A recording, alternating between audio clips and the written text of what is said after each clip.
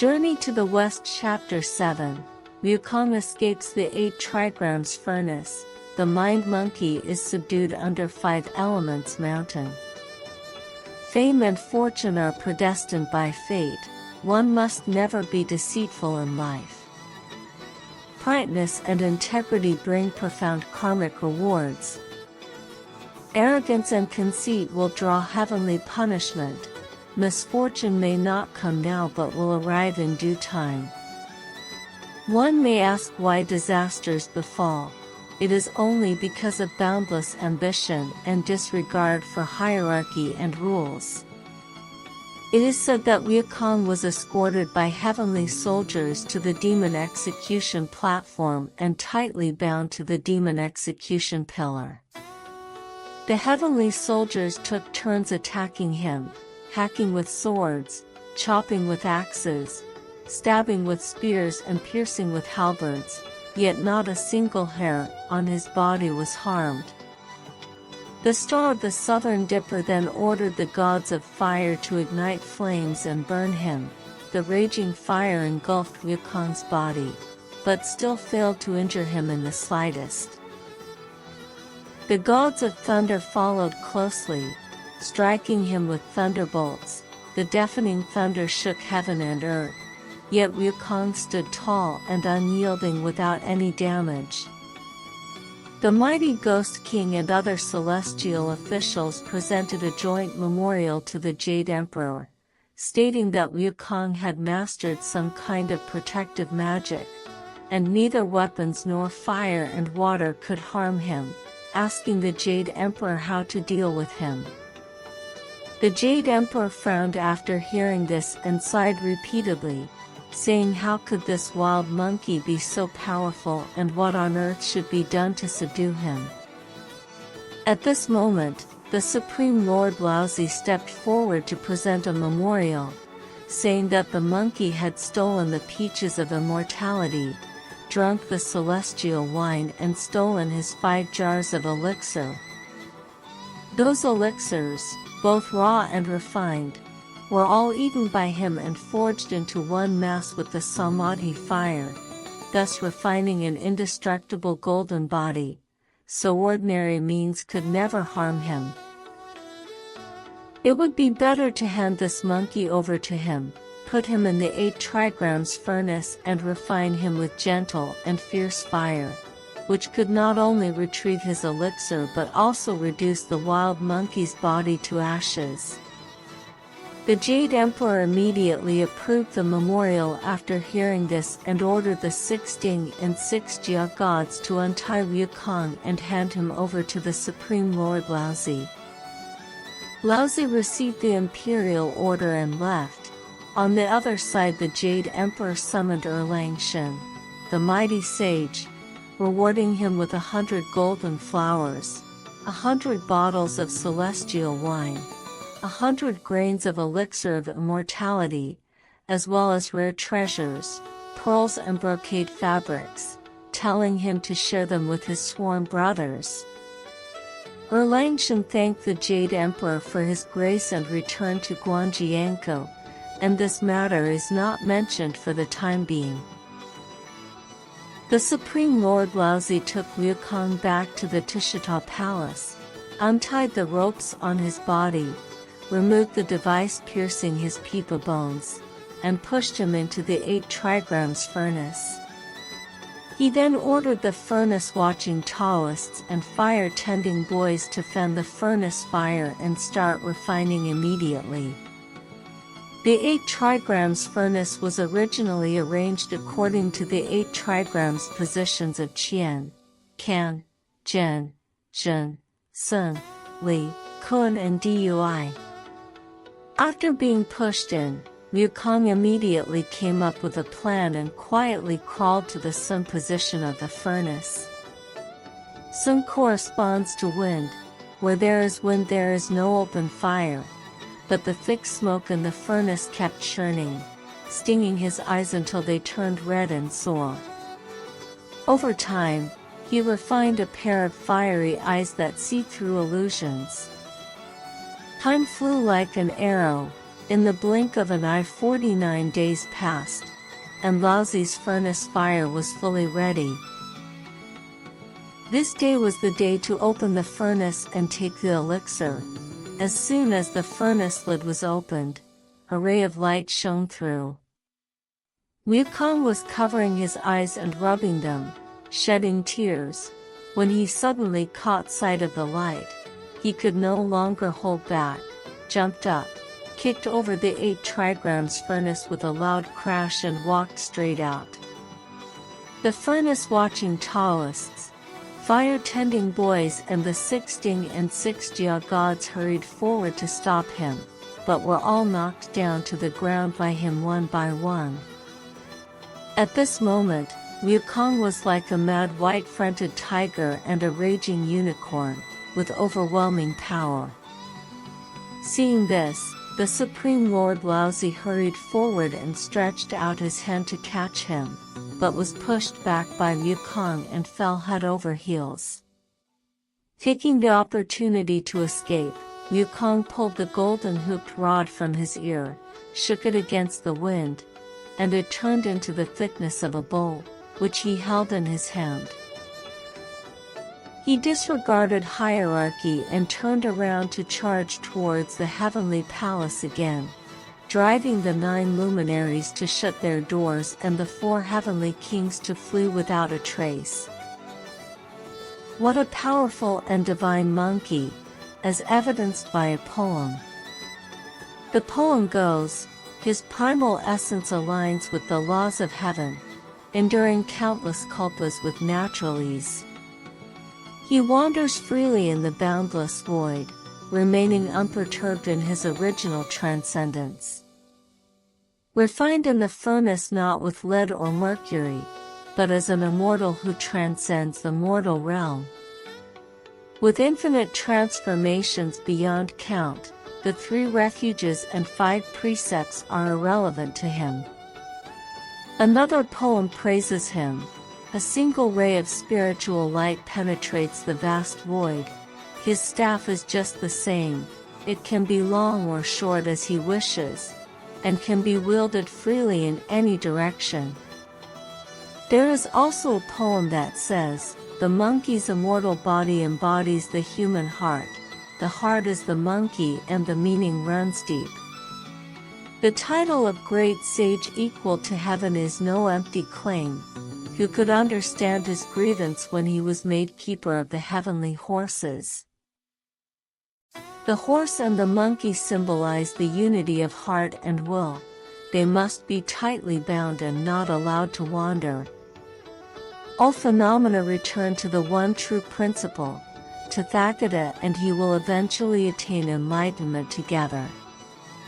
In this battle, Wukong completely ignored hierarchy and etiquette, wielding his iron rod to strike east and west, and not a single celestial being could block his path. He fought all the way to the Hall of Brightness and outside the Hall of Divine Mist. Fortunately, Wang Lingguan, the assistant of the Sage of Protection, was on duty in the hall. Seeing Wukong rampaging freely, Wang Lingguan immediately drew his golden whip and stepped forward to block his way, shouting loudly, "Where are you going, wild monkey? I am here, do not be so arrogant." Wukong wasted no words, raised his golden hooped rod and struck.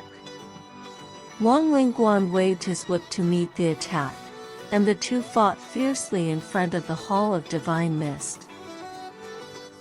The battle was earth-shaking. Wang Lingguan was loyal and righteous with a great reputation. Wukong defied heaven and had a bad name. The righteous and the rebellious fought to a stalemate, 2 heroes competing with their divine powers. The iron rod was fierce, the golden whip was swift, both were upright and selfless and refused to back down in the slightest. One was the revered thunder god of primordial unity, the other was Wukong the great sage, the monkey monster. Both the golden whip and the iron rod were divine weapons of the celestial palace. Today they displayed their power in the Hall of Divine Mist, each showing their great talent, a truly spectacular sight. One coveted the bullfighting palace with deceitful intentions, the other tried his best to defend the celestial realm. They fought relentlessly, each showing their divine powers, and the clash of whip and rod ended in a draw for the time being. The Sage of Protection watched anxiously from the side, and quickly sent his subordinates to deliver an order to the Thunder Department, summoning 36 thunder gods to come and assist in the battle. As soon as the 36 thunder gods arrived, they immediately surrounded Wukong in the center and fought fiercely with him, each showing their ferocity. But Wukong did not show the slightest fear, wielding his golden hooked rod to block left and right, parry and counterattack. Seeing that the thunder gods' swords, spears, halberds, whips, clubs, hammers, axes, sickles and shovels were coming at him more and more urgently, he immediately transformed himself, taking on 3 heads and 6 arms. He shook his golden hooked rod and it turned into 3 rods, holding 1 rod in each of his 6 hands, waving them like a spinning wheel, whirling rapidly in the center of the encirclement, and the thunder gods could not get close to him for a moment. Wukong's divine power was truly extraordinary. His body was round and glowing, eternal and unchanging, beyond human learning. He could not be burned by fire, nor drowned by water. He was like a bright Mani pearl, invulnerable to swords, spears and halberds. He could be good, he could be evil, and he acted on his own will. When he was good, he could become a Buddha or an immortal. When he was evil, he would show his animal form with fur and horns. With infinite transformations, he made chaos in the heavenly palace, and even the thunder gods and celestial soldiers could not capture him. At that time, the celestial beings surrounded Wukong tightly, but they could not get close to him, shouting and fighting chaotically. The earth-shaking commotion soon alarmed the Jade Emperor. The Jade Emperor quickly issued an imperial order, ordering the divine official of travel and the sage of propagation to go to the west and invite the Buddha to subdue Wukong. The 2 sages received the imperial order and went straight to the sacred land of Lingshan, in front of the Thunder Sound Temple. They saluted the 4 Vajras and the 8 Bodhisattvas, then asked them to pass on the message. The celestial beings then entered the main hall, went to the lotus throne and reported to Tathagata Buddha. Tathagata Buddha summoned them, and the 2 sages saluted the Buddha 3 times and stood respectfully beside the throne. Tathagata Buddha spoke up and asked, "What is the matter, Jade Emperor, that you have sent 2 sages down to the mortal world?" The 2 sages quickly replied, "Once there was a stone monkey born on Flower and Fruit Mountain, who showed off his divine powers there and gathered monkeys to stir up trouble in the world. The Jade Emperor first issued an imperial order to recruit him, appointing him as keeper of the heavenly horses, but he disliked the position being too low and rebelled against the heavenly palace. The Jade Emperor then sent Heavenly King Li and Prince Neza to capture him, but they failed. Later, the Jade Emperor recruited him again, conferring the title of Great Sage equal to heaven, with an official title but no salary, and also let him take charge of the Peach Garden of Immortality. Unexpectedly, he stole the peaches while guarding them, then ran to the Yaoqi Palace, stole the celestial delicacies and wine, and disrupted the peach banquet. After that, he took advantage of his drunkenness to sneak into the Tushita palace, stole the Supreme Lord Laozi's elixir, and then fled from the heavenly palace. The Jade Emperor sent 100,000 heavenly soldiers and generals to encircle and suppress him, but still failed to subdue him. Later, the goddess of mercy recommended Erlangshan to chase and kill him together with his sworn brothers. The stone monkey had countless transformations, and it was only thanks to the Supreme Lord Laozi throwing the diamond bracelet and hitting him on the head that Erlangshan was able to capture him. He was escorted to the Jade Emperor's throne, and the Jade Emperor immediately ordered his execution, but hacking with swords, chopping with axes, burning with fire and striking with thunder all failed to harm him. The Supreme Lord Laozi presented a memorial, taking him back to the Tushita Palace for refining. He would have thought that after 49 days, he would jump out of the 8 trigrams furnace again, beat back the heavenly soldiers, and fight all the way to the Hall of Brightness and outside the Hall of Divine Mist. Fortunately, Wang Lingguang, the assistant of the Sage of Protection, blocked him and fought hard, and also summoned 36 thunder gods to trap him in the center, but they still could not subdue him. Now the situation is urgent, so the Jade Emperor specially sent us here to invite the Buddha to come and save the day. After hearing this, Tathagata Buddha said to the Bodhisattvas in the hall, "You stay here and guard the Dharma hall. Do not disturb the order of the meditation seats. Wait for me to go and subdue this demon and save the day." Tathagata Buddha immediately called the 2 Arhats Ananda and Kassapa to follow him, left the Thunder Sound Temple, and went straight to the outside of the Gate of Divine Mist. As soon as he arrived outside the gate, he heard the deafening sound of shouting and killing. It turned out that the 36 thunder gods were surrounding Yukong tightly. The Buddha issued a Dharma order, telling the thunder gods to stop fighting, open the encirclement, and let the great sage come out, for he wanted to personally ask the monkey what divine powers he had.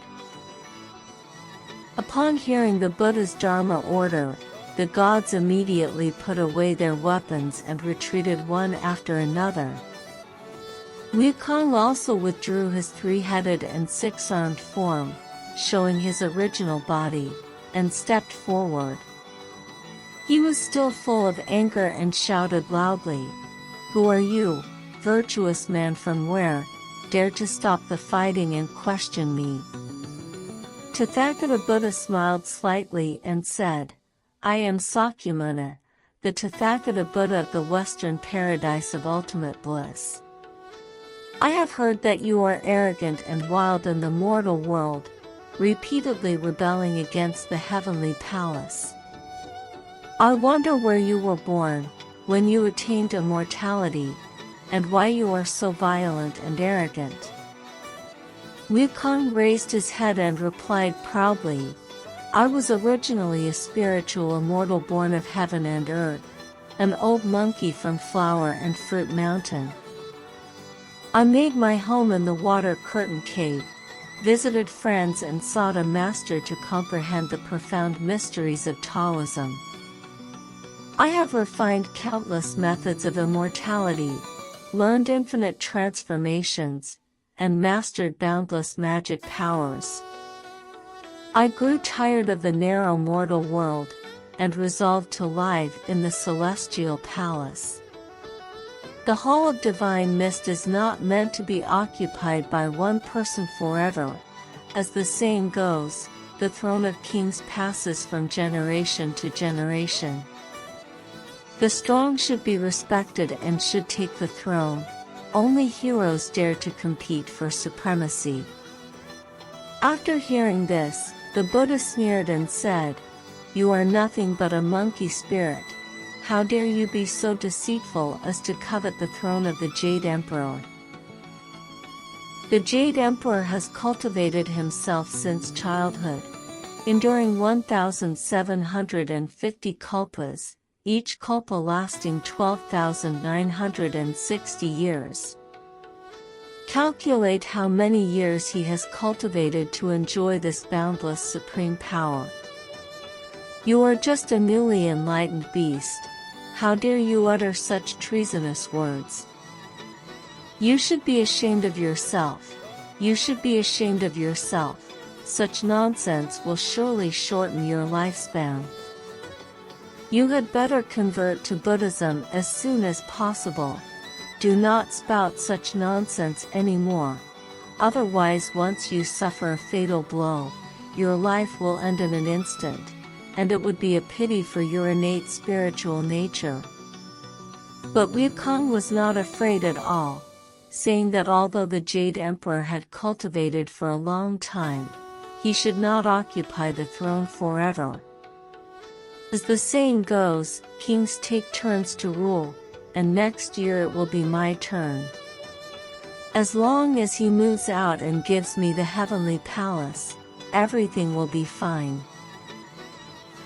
If he refuses to yield, I will stir up chaos in the heavenly palace and make it impossible for him to live in peace forever. The Buddha asked again, besides your ability to transform, what other skills do you have that make you dare to seize the celestial palace? Wukong replied triumphantly, I have many skills. I have 72 transformations, can attain immortality and live forever through countless kalpas, and can also ride the somersault cloud, which can travel 108,000 li in a single leap. Why can't I sit on the throne of heaven? After hearing this, the Buddha smiled slightly and said that he would make a bet with him. If he had the ability to jump out of his right palm in a single somersault, he would win, and then there would be no need for further fighting. He would invite the Jade Emperor to live in the west and give him the heavenly palace. If he could not jump out of his palm, he would have to go back to the mortal world to be a monster, cultivate for a few more kalpas, and then come back to compete. Upon hearing this, Wukong secretly laughed to himself, thinking that the Buddha was really stupid. He could fly 108,000 li in a single somersault, and the Buddha's palm was less than a foot in diameter. How could he possibly fail to jump out of it? He quickly asked, if that is the case, can you make the decision? The Buddha nodded and replied, yes, I can. With that said, he stretched out his right palm, which looked like the size of a lotus leaf. Wukong put away his golden hooped rod, gathered his divine power, jumped up, and stood firmly in the Buddha's palm, shouting loudly, I am going out. Everyone watched as he turned into a ray of cloud light and flew forward without a trace. The Buddha opened his wisdom eyes and watched carefully, seeing the Monkey King flying forward continuously like a spinning wheel. Wukong flew all the way, and suddenly saw 5 flesh-red pillars in front of him, supporting a wisp of green energy. He thought to himself that this must be the end of the sky. After returning this time, with the Buddha as a witness, the throne of the Hall of Divine Mist would surely be his. He then changed his mind. Wait a minute, I should leave some marks here so that I can talk to the Buddha about it later. With that said, he pulled out a hair, blew a breath of fairy air, and shouted, transform. The hair immediately turned into a thick brush with double bristles. He walked to the middle pillar and wrote a line of large characters, Great Sage equal to heaven was here. After finishing writing, he put away his hair, feeling that it was not enough, and even peed at the base of the first pillar. After doing all this, he flipped over and rode the somersault cloud back to his original place, stood firmly in the Buddha's palm, and shouted loudly, "I have been there and come back now. Quickly tell the Jade Emperor to give me the heavenly palace." Seeing this, Tathagata Buddha could not help but scold, "You urinating monkey, you never left my palm at all." Wukong looked disbelieving and said, "You don't know, I went to the end of the sky and saw 5 flesh-red pillars supporting a wisp of green energy, and I even left marks there. Dare you go with me to see?" The Buddha shook his head and said, "There is no need to go, just lower your head and look." Wukong widened his fiery eyes and looked down, and was immediately shocked. He saw that the line of characters, "Great Sage equal to heaven was here," was clearly written on the Buddha's middle finger of his right hand, and there was a faint smell of monkey urine in the gap between his thumb and index finger. Wukong was so shocked that he shouted repeatedly, "How could this happen? How could this happen? I clearly wrote the characters on the pillars supporting the sky. How did they end up on his finger? Could it be that he has the ability to predict the future? I can't believe it. I can't believe it." With that said, he quickly jumped up again, trying to jump out. Seeing this, the Buddha turned his palm over and pushed the Monkey King out of the West Heavenly Gate. Then he transformed his 5 fingers into 5 connected mountains of metal, wood, water, fire and earth, named 5 Elements Mountain, and gently pressed Wukong under the mountain. Seeing this scene, the thunder gods, Ananda and Kassapa all clasped their hands together and praised in unison, "Well done, well done." Born from a stone egg and transformed into a human form, he aspired to cultivate and attain the true Tao. He lived in a sacred place for countless kalpas, but his spirit scattered once he rebelled. He defied heaven and coveted the high throne, stole the elixir and disrupted the celestial order. He has committed countless evils and now receives his retribution. No one knows when he will be able to rise again. After subduing the monster monkey, Tathagata Buddha immediately called Ananda and Kassapa, preparing to return to the western paradise of ultimate bliss together. At this moment, 2 divine generals, Tiaoping and Tianyu, hurried out of the Hall of Divine Mist and shouted loudly, "Please wait a moment, Buddha, our master is coming in his imperial carriage."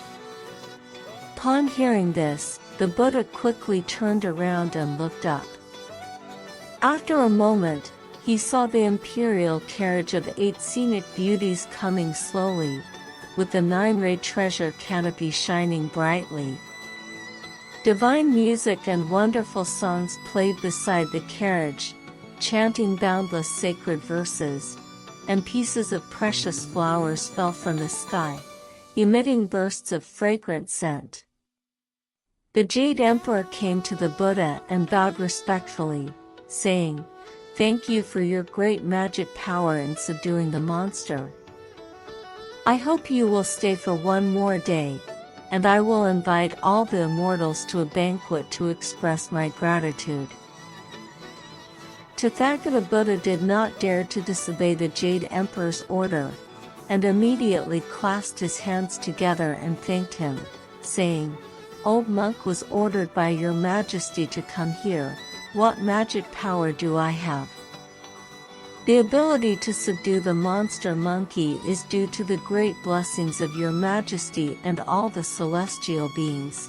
How dare I accept your majesty's thanks?" The Jade Emperor issued an imperial order, immediately ordering the cloud gods to go separately to invite the 3 pure ones, 4 imperial lords, 5 old ones, 6 departments, 7 primordial ones, 8 extremes, 9 luminaries, 10 perfect ones, and all the immortals to attend the banquet and thank the Buddha together. He also ordered the 4 heavenly masters and the 9 heavens fairies to open the Jade Capital Golden Palace, the Supreme Mystery Treasure Palace and the Cave Sun Jade Hall, inviting Tathagata Buddha to sit high on the 7 treasure spirit platform. Seats were arranged in order, and delicacies such as dragon liver, phoenix marrow, jade nectar and peaches of immortality were prepared.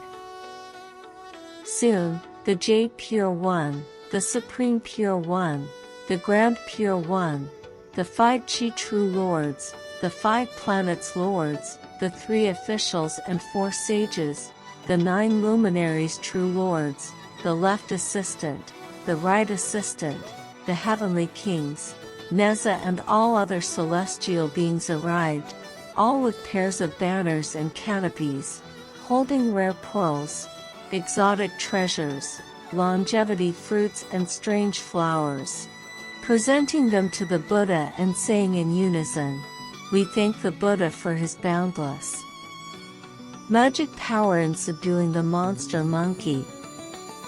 Today we are honored to be invited by Your Majesty to this banquet to express our gratitude.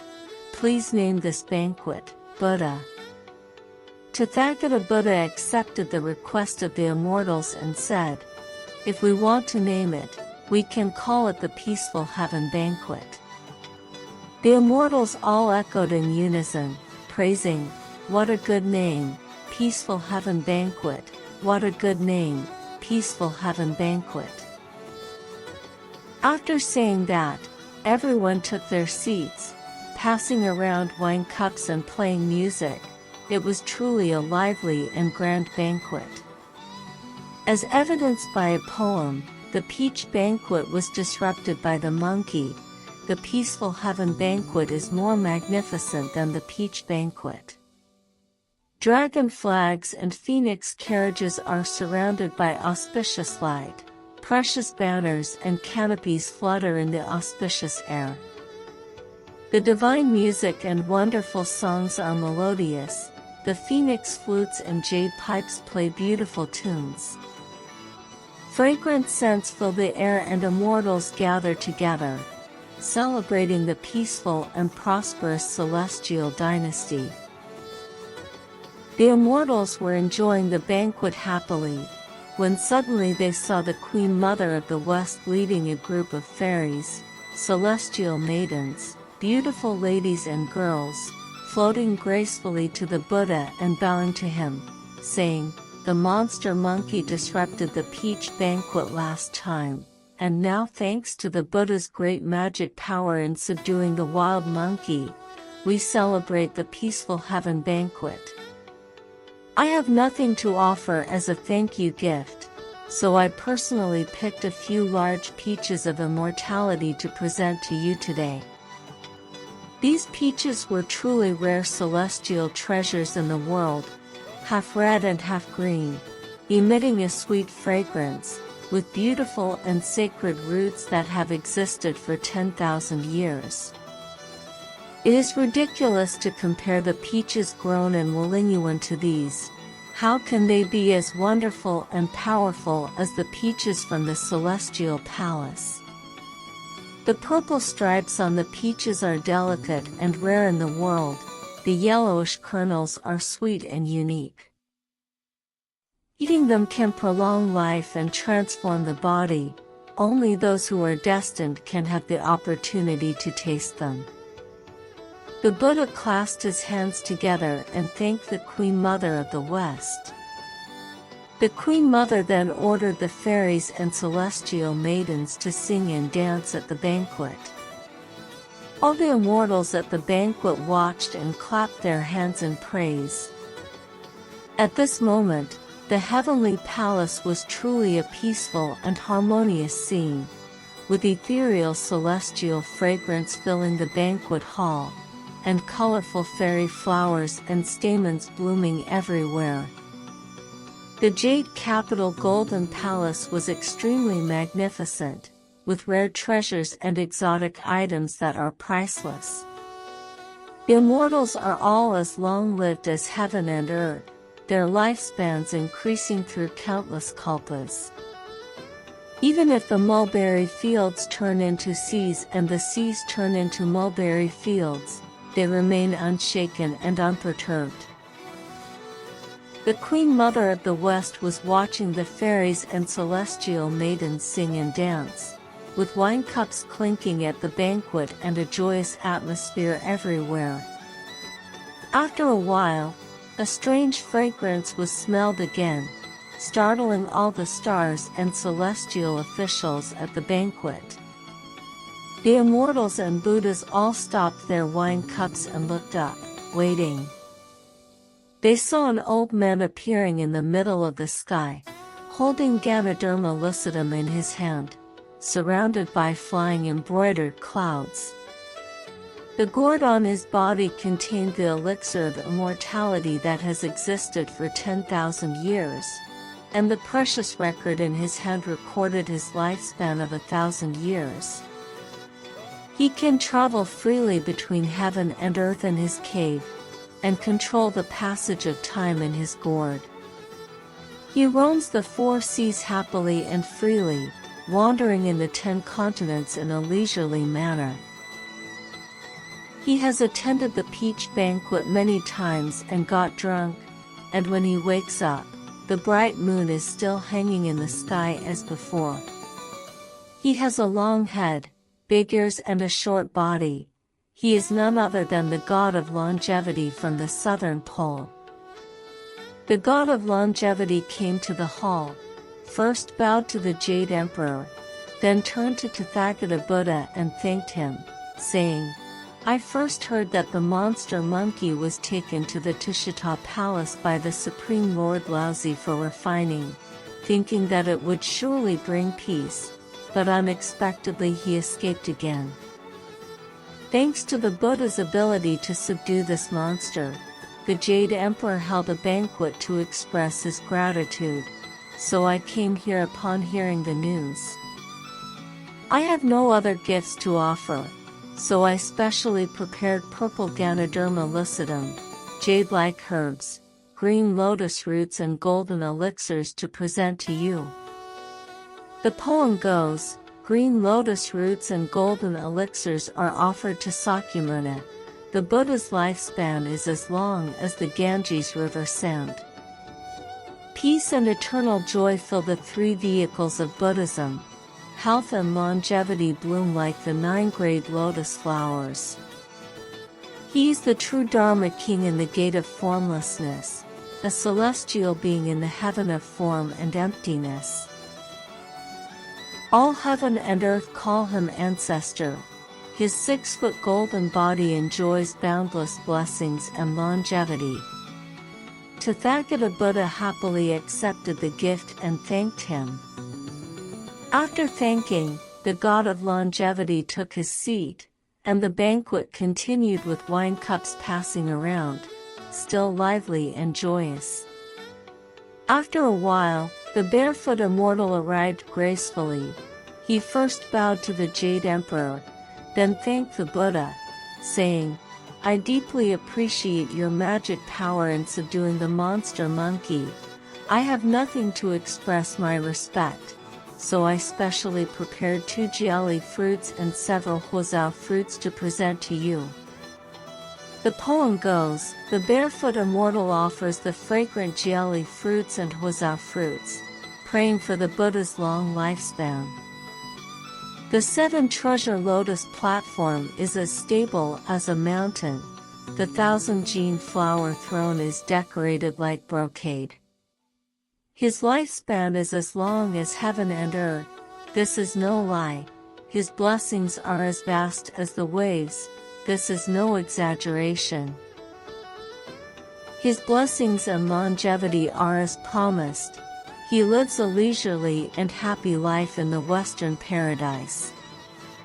Tathagata Buddha thanked him again, and told Ananda and Kassapa to put away all the gifts presented by the immortals one by one, before thanking the Jade Emperor for the banquet.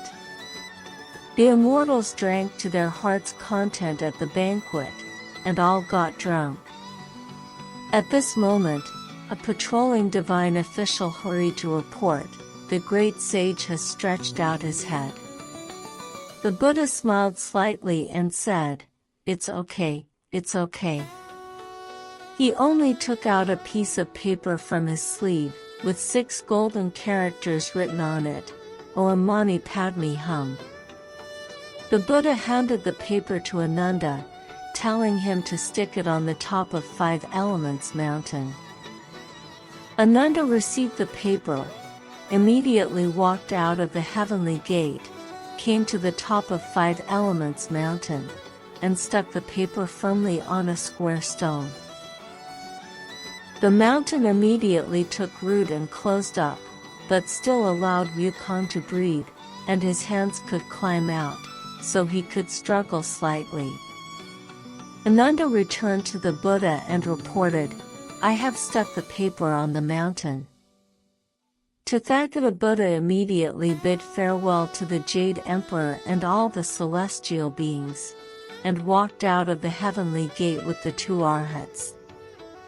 He then showed compassion, recited a sacred mantra, and summoned a local god of the earth, ordering him to stay on 5 Elements Mountain together with the 5 directional deity gods to supervise and imprison Yukong.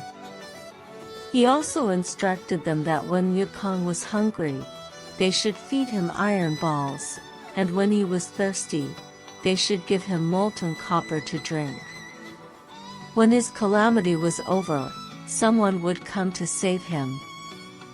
As the saying goes, the monster monkey dared to rebel against the heavenly palace, but was subdued by Tathagata Buddha with a single palm. He drinks molten copper to endure the years when thirsty, eats iron balls to pass the time when hungry. He suffers hardships and tortures from natural disasters, living a desolate life but with a long lifespan. If the hero can regain his freedom one day, he will follow the Buddha to the west in the future. Another poem says, "He displayed his great power and stirred up great events, subduing dragons and tigers with his cleverness. He stole peaches and wine, roaming the celestial palace, received the title and grace, living in the jade capital. He committed countless evils and was trapped, but his good roots were not cut off and his spirit still remained." If he can really escape from Tathagata Buddha's grasp, he will wait for the holy monk from the Tang dynasty to appear. After all, no one knows when Yukong will be able to end his calamity. Let's listen to the next chapter for the continuation.